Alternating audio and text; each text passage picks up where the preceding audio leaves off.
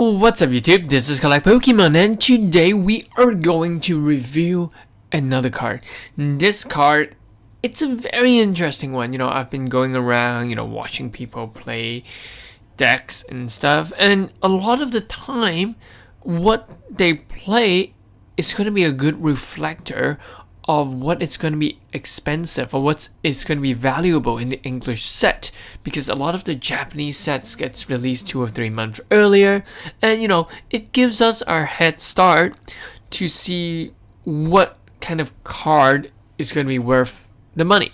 For example, we knew that Garbodor was going to be a main deck, we knew that the Decidueye was for a while, and now that we know that Gardevoir is going up and up and up in price. And from that, for example, cards such as Guzma or Acerola, used to be very, very cheap. I pre-ordered 8 Acerola for like what, $14.99, and around a bunch of Guzma for $26.99.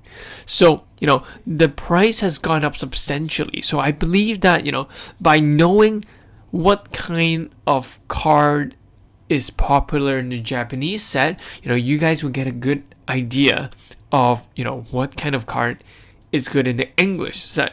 So without further ado, today we're going to introduce a new card. But before that, remember to hit that subscribe button, and if you guys like, do check out my Instagram, do check out my webpage, InSally page, to buy stuff, and also I would appreciate it if you can support me as my Patreon. So today's card is going to be none other than the Zoroark. So I'm going to pump out 3 photos. One is the hyper rare version, one is the secret or the full art version, and one is just the ultra rare version. So these cards came out in the Shining Legend set, and this was one of the most expensive GX cards in the Shining Legend set. The other ones were Entei, Raichu, and Mewtwo, I think. But this one is far, the most useful cards that people use. So I'm going to explain to you guys what it does first, but before that I actually have to pull it up because I forgot the use. So okay, let me see if I can pull it up. Yep, I got it. So the ability of this card is going to be interesting. The ability of this card is called Exchange. So once during the turn before you attack, you may discard 1 card from your hand. If you do so, you draw 2 cards. This is an amazing ability. It gives you a huge draw power, and it's legit. And you can have 2 of 3 Zoroark GX in your deck, and you are drawing like 6 extra new cards each turn. And with more and more of these cards, you can recycle energy, recycle whatever back, like Brock's Grids. This is going to be a very, very useful card. So I've seen a lot of people use it, and it's in the meta deck.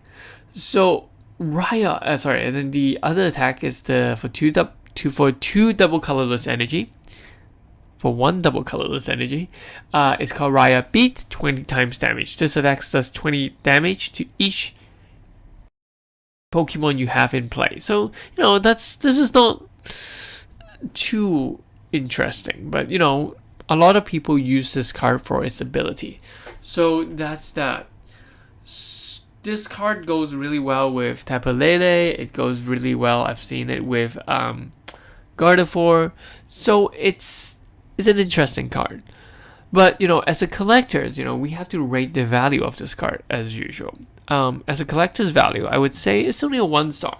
Zoroark is not a super popular Pokemon, and it's really not gonna be a popular one, to be very honest. I will collect a hyper rare version, but the other version I'll just skip out on it, to be very honest. And this card will be coming out in the Shining Legend set, so I have a feeling that it's going to be very limited. So in terms of investment value, I would say it's quite high for the next year or 2 when it is still in rotation, because everyone would want 1 or 2 of these cards in, And I think in the upcoming SM4, there will be the Ultra Beasts, which are a lot of the darkness type Pokemon. So I think it will or it may synchronize with those Pokemon as well.